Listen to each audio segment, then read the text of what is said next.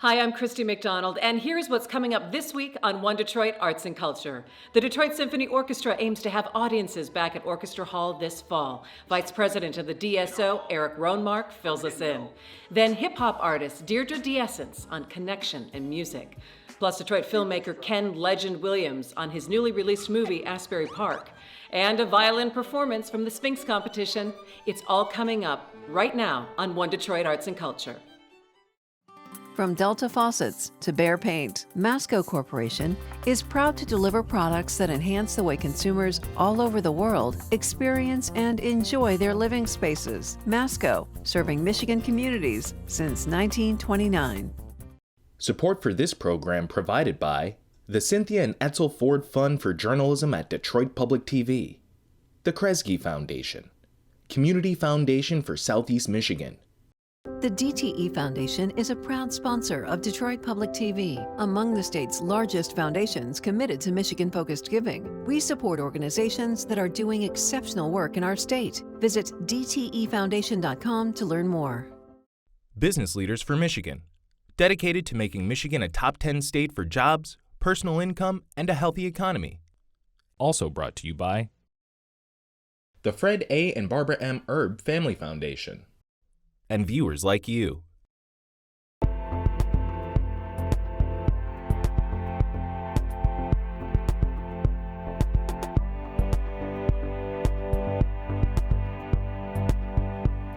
Hi there, and welcome to One Detroit Arts and Culture. I'm Christy McDonald, so happy to have you with me.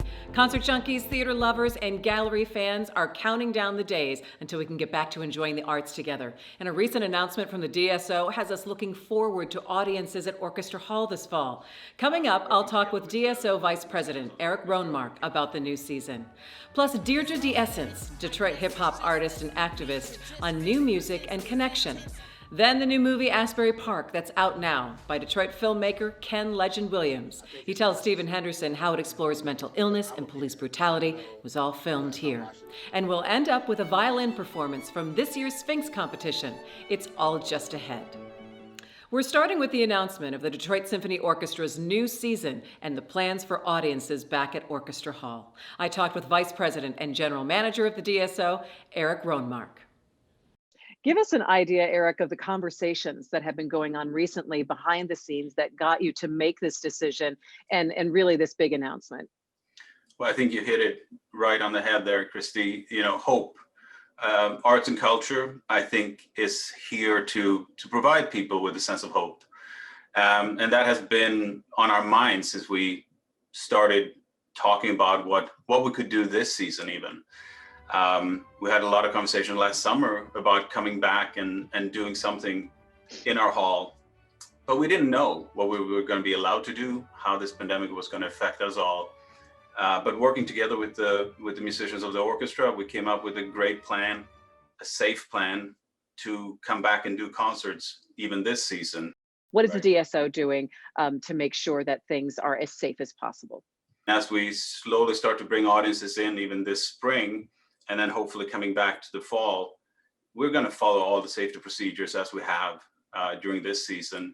We have great UV filtration in our HVAC systems, and we want to make sure, even to the point of electronic tickets, contactless entries and stuff like that.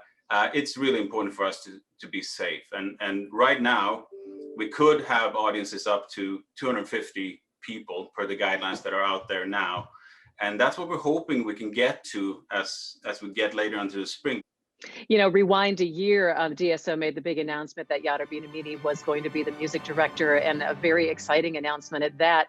And then all of a sudden, the pandemic hits. So 21-22 will really be his first full season. Talk a little bit about the programming that is going involved in that and what audiences can expect to see. Right, yeah, Yada has been a true champ in this. He actually has been here conducting already 2 times in the fall, and has come here and quarantined safely and conducted the orchestra in 3 different programs this fall, and we're going to see him again in May. And you're going to see a lot of different repertoire, a lot of diverse repertoire, something that the DSO has always been a champion on. is really promoting diverse artists. So out of the whole season, we're going to have a third of the composers next season are going to be living composers. Over 25% are going to be Black composers. And this is something that has been at the core of the DNA of the DSO for 40, 50 years. But we know we can always do more. So there's some great programs. We're going to have Branford Marsalis come here and play a saxophone concerto. We're going to open with the Sibelius Violin Concerto and large Italian repertoire. And you're going to see Beethoven 9. With times of great trouble, sometimes we see great transition and great creativity come out of it.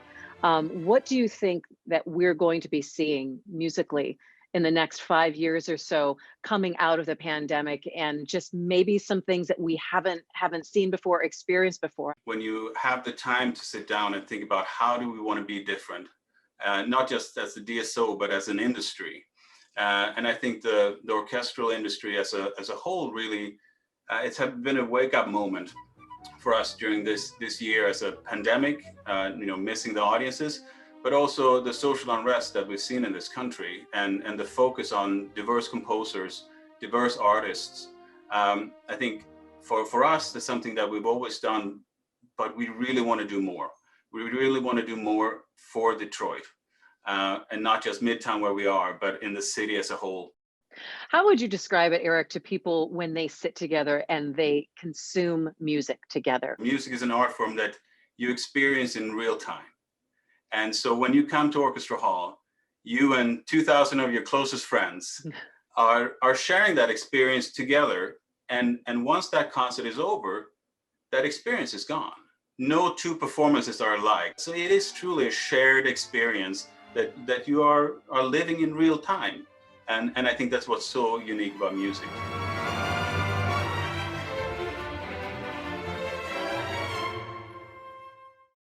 For the DSO's schedule and so much more, just head to our website at onedetroitpbs.org. You know, it has been a long year for musicians who haven't been able to get close with their audience and their fans because of COVID, but it hasn't stopped them from reaching out in new ways. Detroit hip-hop artist and activist Deidre D.S. Smith created what she calls her quarantine concert series. One Detroit's Will Glover has more.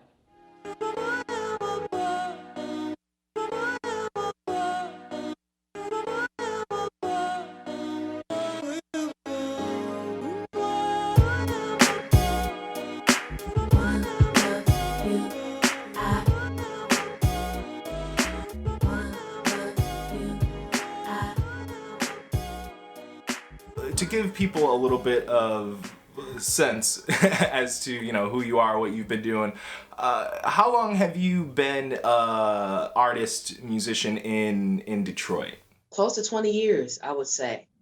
I started as a teenager, hitting the open mic circuits, and I was essentially a vocalist.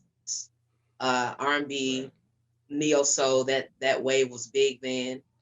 But I'd always been an MC at heart. And oddly enough, I was nominated for a Detroit Music Award for Best R&B. And around that time, I was really itching to step into the waters of hip hop. Start biting its off limits. I guess it's just this need to just fit since it's intense. Been this way since I could grab mics. Why you wanna act like I ain't the best doing this? And I'm more comfortable as a hip hop artist. So for the last 20 years or so, I've been really pushing that hip hop agenda. Yes. The feeling is just incredible, don't you agree? It's just music. Your latest release is Cooper Street Chrysalis. First of all, tell us about the name of that album, Cooper Street Chrysalis. What brought that about? Yeah, well, that's my homestead. I am a native Detroiter, an East Side girl, and that's where my family home is. Cooper Street is home to me. It always will be. My family was one of the first Black families to integrate into the neighborhood that was primarily Jewish and Italian at the time. Oh, wow. And so my roots run deep on the East Side of Detroit. Artists are always open to a challenge, to something new, to something changing, whether it be good or bad. There's a way for an artist to participate, to distill, to translate. And you did something recently with taking us through a walk in the park. So tell us a little bit about what that was and, you know, what got you to the point in wanting to put this out. Much like the rest of the world, my world had gotten a little quieter. I'm naturally reclusive, a bit introverted. And so I really felt like this was the time to show the rest of the world how to operate in such quiet and stillness. I think that if you change your perspective about what this time is about and search for the silver lining, if you have the guts to, you'll find that this is an opportunity to reinvent yourself, to tap into those facets of yourself that was your plan B. And artists know all too well about plan Bs and being told to consider your plan B. Well, now plan Bs are at the forefront. Being an artist, I got up with my plan B self and I showed my audience how you can make lemonade out of lemon.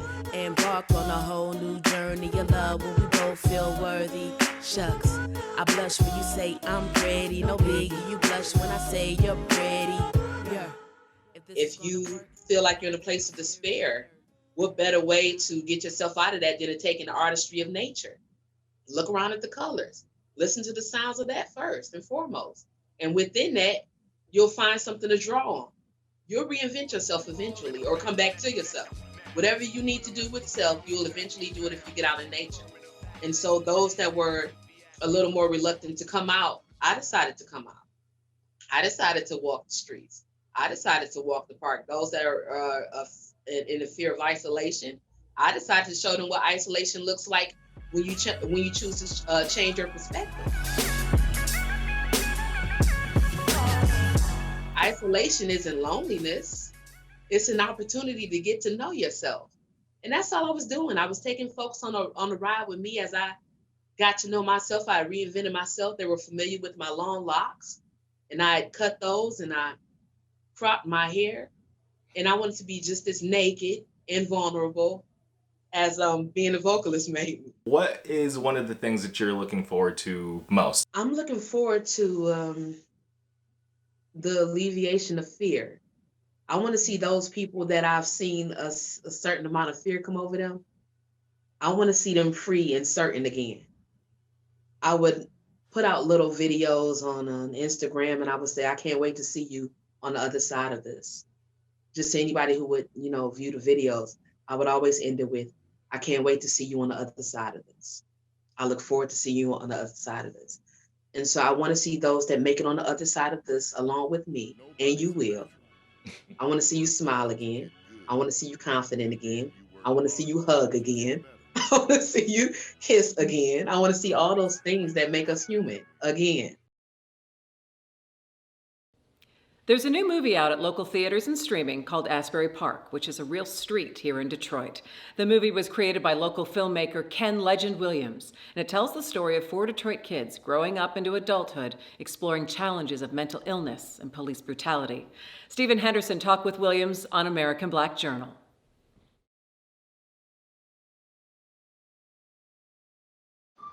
Let me ask you a question. What's the first thought that goes through your mind when the police rolls up on you? Where you running, huh? Yeah, slow down, please.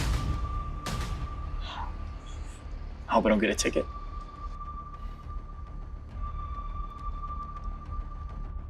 I hope that I make it home alive. Quite frankly, I was in fear for my life. The suspect was not compliant with our orders and was just obstructing our investigation. So sick people on the funerals. The Civil Rights Act only resulted because of a nation of African Americans coming together and taking a stand. You people think it's okay to break the law. Those of us who are from Detroit or live in the area know that Asbury Park is a street on the west side. Is now the title of your film, but it's also where you're from. Is that right? Yes, Yeah. I grew up on Asbury Park Street, right off 7 Mile. So talk about the inspiration for this film, the street that you grew up on, the experiences that you had there. The biggest thing behind this film is survival. Mm-hmm. You know, like I said, each of the kids, they have their own different things that they're going through and dealing with. And I thought it would be interesting to see this from kids' perspective. You know, there's so many things that are going on in the world right now with police brutality, mental health awareness, you know, just a lot of different things. And as adults, we have a hard time grasping our heads around it and, you know, and dealing with it. So to be able to see this from a kid's perspective, I think is necessary. Yeah. You know, because I'm a parent and I know, you know, as I watch the news and see the things that are going on, I know how I'm trying to deal with it and gravitate to it. And I think just as a community, we just have to do a better job of, you know, actually checking to see what's going on with our kids, to see how they're dealing with it, to see what they think about it. Because I think if we did that, I think we'll really be blown away by some of the responses that we get, because they're not stupid. They see what's going on. Talk about the differences between what maybe you experienced as a kid growing up in that area and what your characters in the movie experience. Is there a big difference, or to be honest, it's a direct reflection of what I experienced as a kid. Like, I grew up in a single parent home. My father left when I was 6 years old.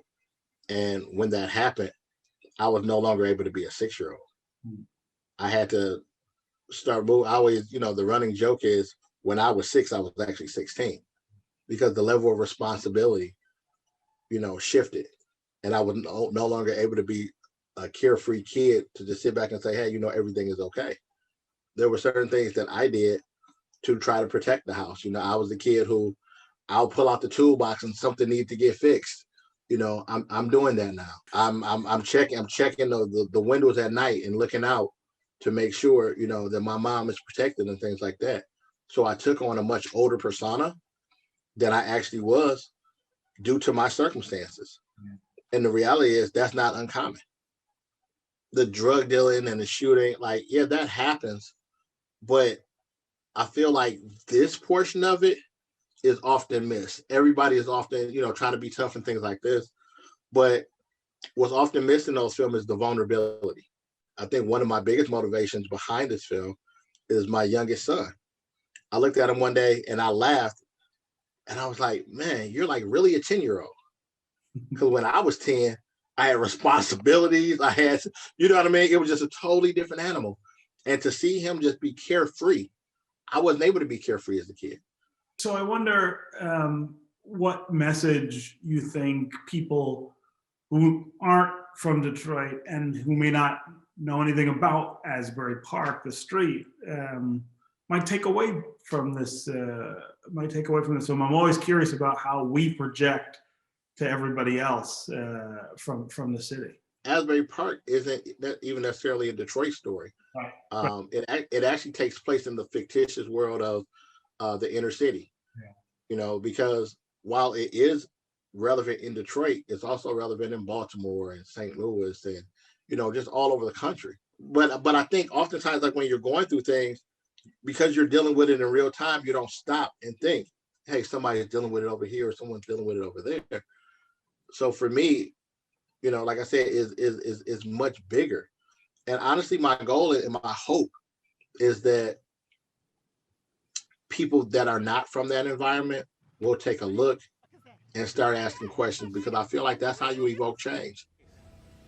Here, it's just a fight to breathe. And for more stories from American Black Journal and all of the arts and culture stories that we're working on, just head to our website at onedetroitpbs.org. That is going to do it for me this week, but we always like to leave you with a performance. The Sphinx Competition is a national competition offering young African American and Latinx classical string players a chance for scholarship and mentorship. And their goal of increasing diversity in classical music has been going strong for over 20 years. So we're going to leave you now with the performance from Sphinx Junior Division winner, violinist Amaryn Olmeda. Enjoy, and I'll see you next week.